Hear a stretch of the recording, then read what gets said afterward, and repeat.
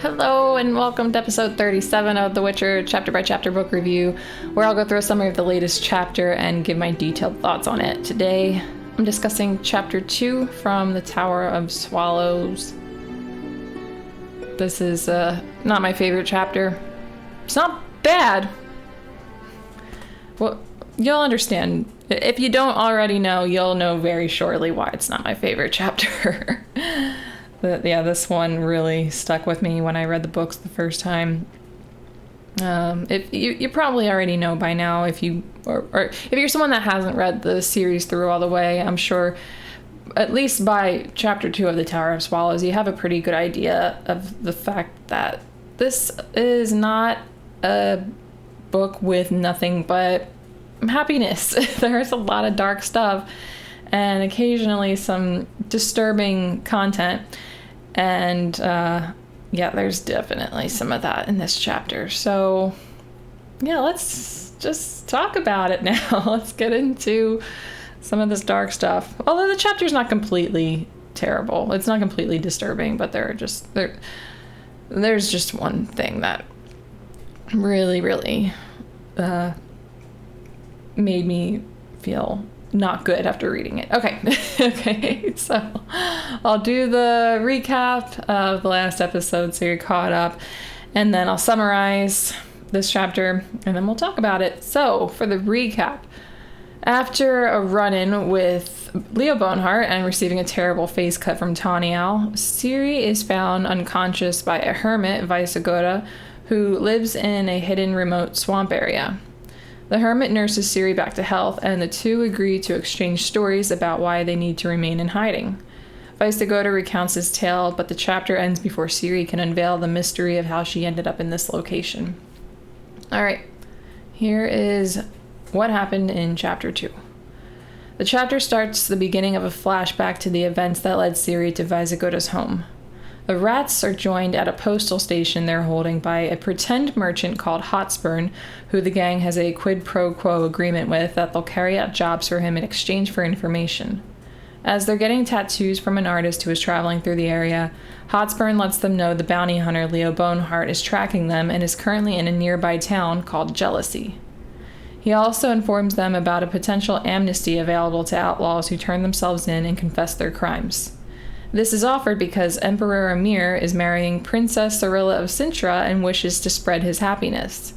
The news that someone is impersonating her and living a life of luxury in her place enrages Ciri.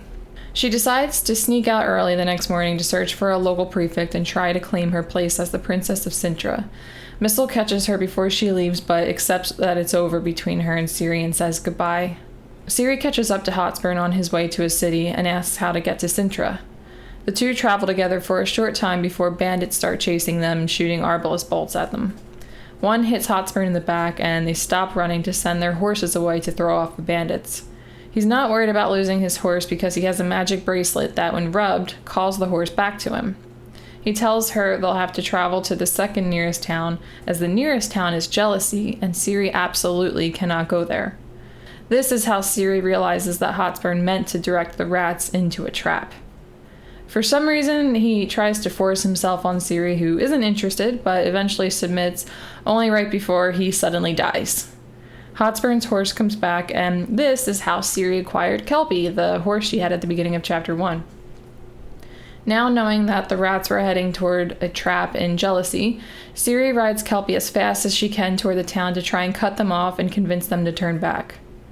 She's too late, though. The rats showed up, challenged Boneheart to a fight, who beat and killed all 6 of them.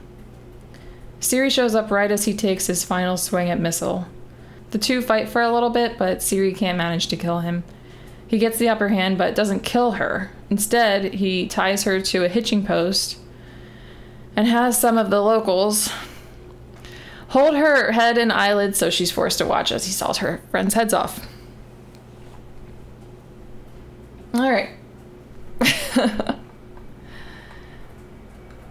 So, on that cheerful note, let's kick off the chapter discussion by talking about a small mention that was in the chapter, and then we'll go into some of the more important topics. So, When they're all at the postal station, the rats are all taking a drug in the form of a powder called Fistech that they're either snorting or rubbing on their gums, and it causes them to have quick and nervous movements.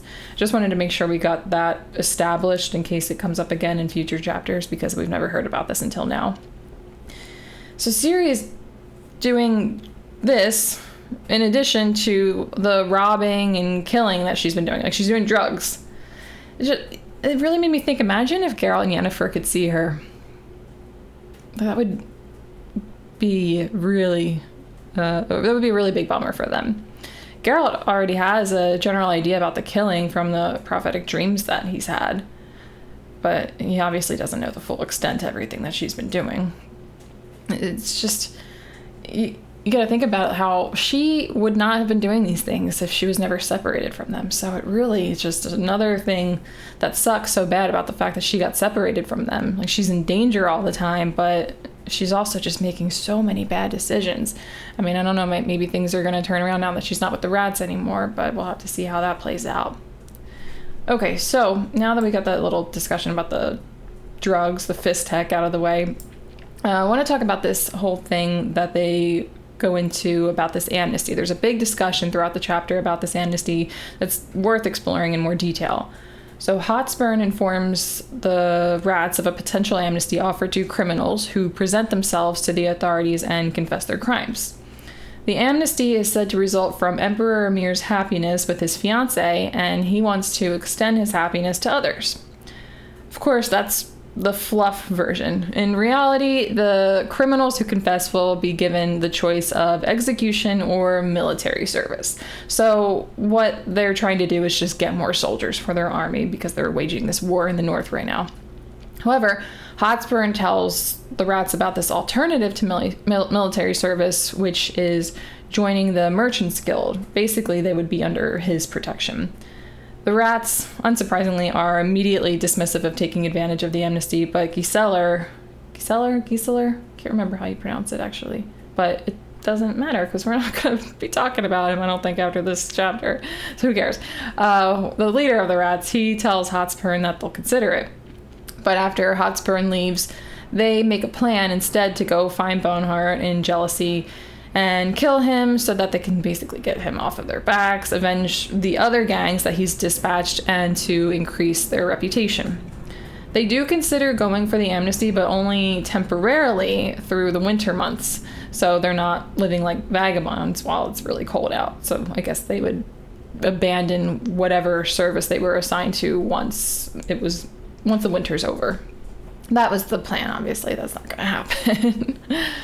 So later in the chapter, Hotspur advises that Ciri could just claim to be a victim instead of taking the amnesty, since she's a minor and was basically forced. This is his argument.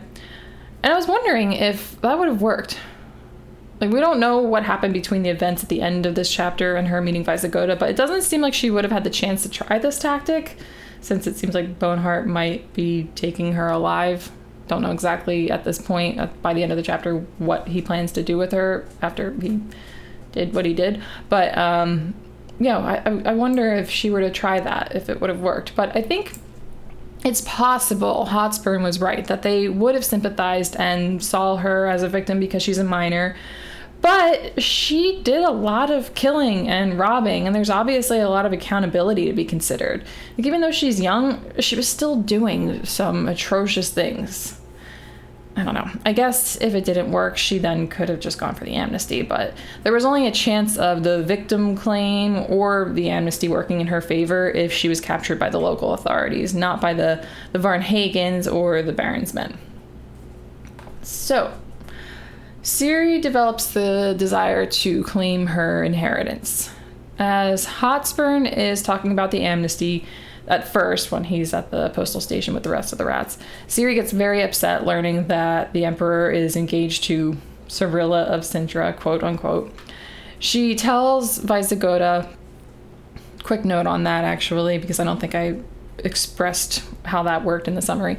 The chapter is being told from Ciri to Visigoda, so it flips back and forth from the actual story she's telling in the form of a flashback to the present day with her at Visigoda's home. So she tells Visigoda how angry it made her to learn that her inheritance was stolen from her. When she lived in Kaer Morhen and at the temple school, she accepted that she was no longer a princess and that she couldn't return to that life. But now, hearing about how someone was pretending to be her while she was usually hungry, forced to sleep outdoors, and bathe in freezing streams made her unaccept that she was no longer royalty. And I can understand that. I think that that's pretty normal with most people. Different circumstances can impact how you feel about certain things. You know, she wasn't living a life of luxury in Kaer Morhen or in the temple school back when she was okay with the big changes in her life, but it was more comfortable and safe than her current situation. So I can see how the princess lifestyle would be, or how it would sound more appealing to her at this moment. But she didn't get the opportunity to try and reclaim her inheritance anyway, so it's neither here nor there. Also, even if she did try, it is mentioned that she probably would have been killed. So it's a good thing she didn't get that opportunity. All right. Next thing I have in my notes here is to move into the discussion about Boneheart. I don't want to. Since the moment I decided to create this podcast series, I've been dreading this discussion. When I read these books through the first time, this chapter, the ending of this chapter, I guess, stood out to me, I think, more than anything else, or at least when it comes to the more disturbing things that takes place in this series. This was the one that I felt sick to my stomach when I read that the first time.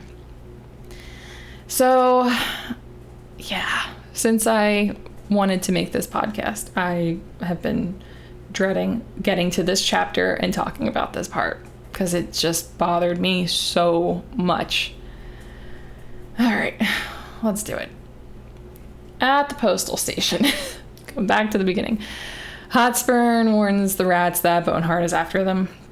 He first tells them that the prefect of Amarillo, the Varnhagens, and the Baron of Cassidy, I'm not sure how you say that, all of those groups are after them. And they're just completely unfazed by this. But the news of Boneheart gives them all pause, because he's taken out other prominent gangs, and they know he doesn't offer his services cheap. He's got a reputation for being very dangerous. And Kaylee even says that he's heard if you want to bury everyone Boneheart's killed in one graveyard, it would need to be at least a half acre. So later in the chapter, after Hotspur died, Ciri put two and two together and heads for Jealousy, where Boneheart is supposed to be held up at the moment. She heads there on her newly acquired horse, Kelpie, to try and stop the rats before they could walk right into the trap. And she thought it was a trap, like it was, but a trap of an armed force. She didn't consider it could have been what it really was, which was just one man, because in most situations, one person wouldn't really be a threat to an experienced gang of 7. I know there were 6 of the rats that actually went there and got killed, but at the time, what the trap was supposed to be was supposed to include Ciri or Falca. I kept feeling weird writing Ciri when, during this time she was being called Falca, but I'm like, I know her as Ciri. I know she is Ciri, and she's going back to being called Ciri, so it's fine. Anyway. But it's funny because that's actually what I said in a previous episode, that it was 1 versus 7, like Boneheart versus the rest of the rats. So what were the chances he'd be able to beat them? Now we know he's not your average person. So I thought it was interesting that he seemed to have the intention of killing Ciri too, like in addition to the rest of the rats. She held her own against him longer than the rest of the gang did. But instead of killing her once he got the upper hand, he just hit her. He didn't kill her. I think maybe this is why he didn't kill her. He was intrigued by her skill. But that's just a guess. Because this was the only difference, like her being able to hold her own against him for a while. That was the only difference between her and the rest of the rats who he did decide to kill. Plus, after a little bit of fighting, he points out that she's good and says she's aroused his curiosity. So, that's just what I'm thinking at the moment. Why he didn't kill her, why he let her live, unless he's just completely sadistic and wanted to force her to watch what he did to her friends. I don't know. I guess that's something that we're going to have to look for an answer in a future chapter if it's ever fleshed out. But I don't really have much else to say about this encounter. Because it bothered me so much, I didn't even really bother to to come up with more to say. I don't know. There's really just not that much else to say. He killed her friends. He almost killed her. He got the upper hand and forced her to watch him saw their heads off. Yeah.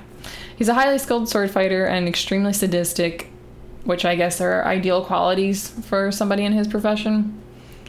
Yeah. That's all I have to say about that. All right, well, I have a few closing thoughts here. Not really too much to say. Not really a lot that I thought about at the close of this chapter, but we still need to hear the rest of Ciri's story.